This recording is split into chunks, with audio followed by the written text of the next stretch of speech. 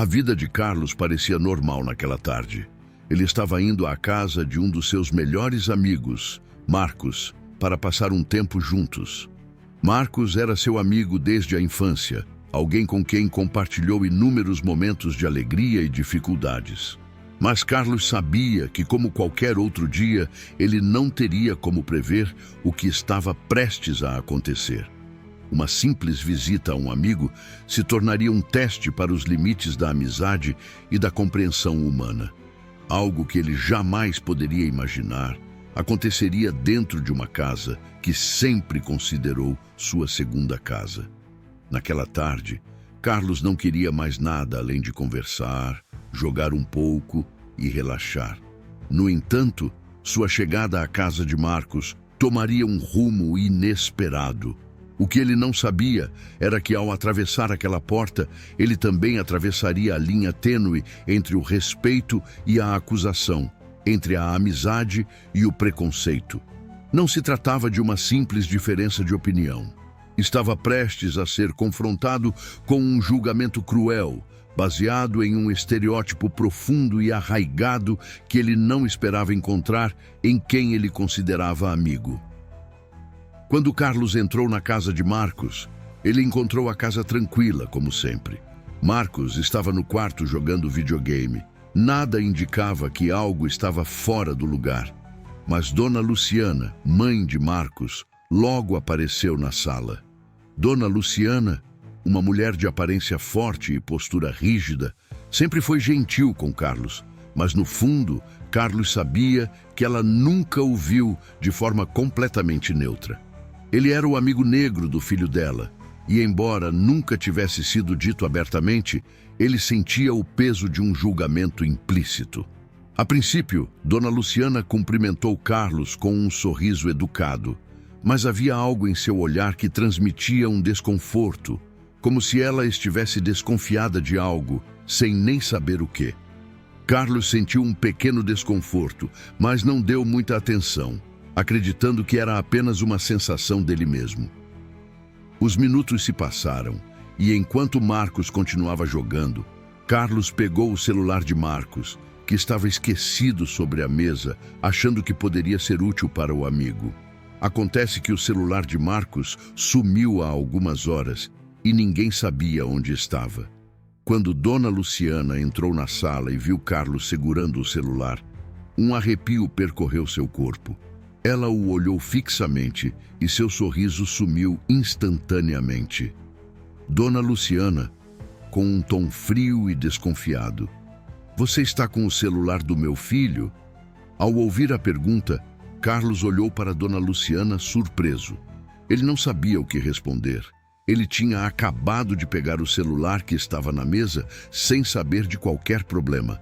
Mas, ao olhar para o rosto de Dona Luciana, ele percebeu algo. Ela não estava curiosa, ela estava desconfiada. Carlos, tentando ser calmo: "Sim, Dona Luciana, eu vi o celular aqui e achei que Marcos estivesse procurando. Eu só peguei ele para ver." Mas Dona Luciana não parecia convencida. A tensão na sala aumentou. Ela olhou fixamente para o celular e depois para Carlos. Seus olhos, antes neutros, agora estavam cheios de uma raiva silenciosa. Ela não confiava no jovem negro à sua frente. Seu racismo silencioso e velado, mas presente, começou a tomar forma. O que parecia uma simples questão de confusão, logo se transformou em uma acusação clara e direta. Para ela, Carlos não era apenas um amigo do filho, ele era o outro. O estereótipo do jovem negro que poderia roubar sem pensar duas vezes. Dona Luciana, com voz dura e acusadora: "Eu sabia que você estava interessado nas coisas do meu filho. Você já pegou coisas dele antes, não foi?" Neste momento, a raiva de Dona Luciana tomou conta de sua mente. As palavras saíram de sua boca com uma fúria cega, sem qualquer reflexão. Ela não sabia, mas estava cometendo um erro irreparável.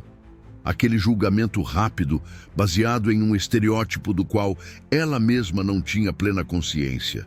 Estava criando um abismo entre ela e o jovem que ela uma vez considerou um amigo da família.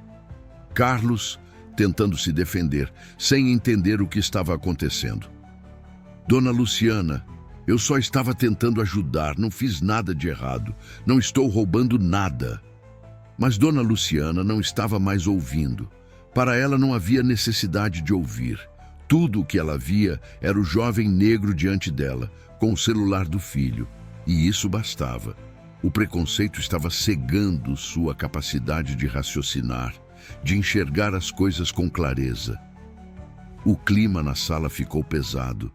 O silêncio de Marcos, que ainda estava no quarto, foi substituído por um grito de Dona Luciana. Ela começou a levantar a voz e a gritar, chamando Carlos de ladrão, e suas palavras se tornaram cada vez mais agressivas. Dona Luciana gritando: "Eu vou chamar a polícia! Isso é demais! Eu não vou tolerar esse tipo de comportamento em minha casa!" Aquelas palavras caíram como uma sentença. Carlos se sentiu completamente impotente. Ele sabia que se a polícia fosse chamada, a situação poderia se tornar ainda mais grave. Aquelas palavras caíram como uma sentença.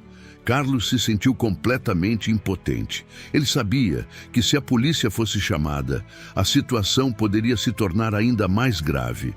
Ele, um jovem negro, em um país onde o racismo estrutural afeta até mesmo o sistema policial, sabia que qualquer passo em falso poderia ser fatal. Ele sentiu o peso do mundo sobre seus ombros. Ele tentou mais uma vez se explicar, mas as palavras não saíam. A situação estava se tornando mais caótica a cada segundo, e ele sentia que não havia mais como reverter. Carlos, tentando manter a calma, mas claramente abalado. "Dona Luciana, por favor, entenda. Eu só queria ajudar.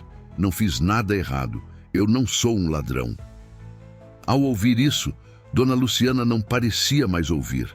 Ela estava tomada pela raiva, pela imagem que ela tinha do jovem negro diante dela. Ela não via mais uma pessoa de carne e osso, mas uma ideia preconcebida. O estereótipo do ladrão, do marginal, do problema. E em sua mente, aquilo tudo fazia sentido. Quando Dona Luciana estava prestes a chamar a polícia, a porta do quarto se abriu. Marcos entrou na sala, olhando para a situação que estava se desenrolando. Ele observou o celular na mesa e, de forma calma, se aproximou. Marcos, falando com tranquilidade: "Mãe, o celular está no meu quarto. Eu que deixei ele aqui na sala mais cedo." Aquelas palavras foram como um balde de água fria.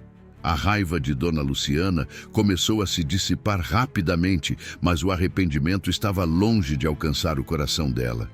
Ela olhou para Carlos, mas não conseguiu mais olhar nos olhos dele. Ela sabia o que havia feito.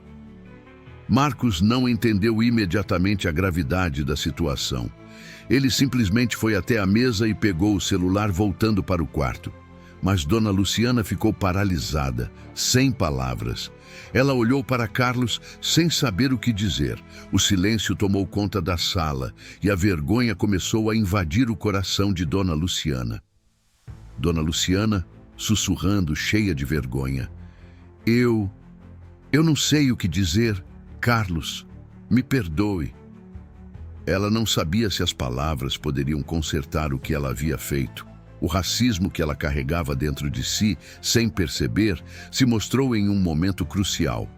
E agora, diante da situação, ela não sabia como reparar o erro cometido. A dor que Carlos sentia não poderia ser apagada com simples desculpas.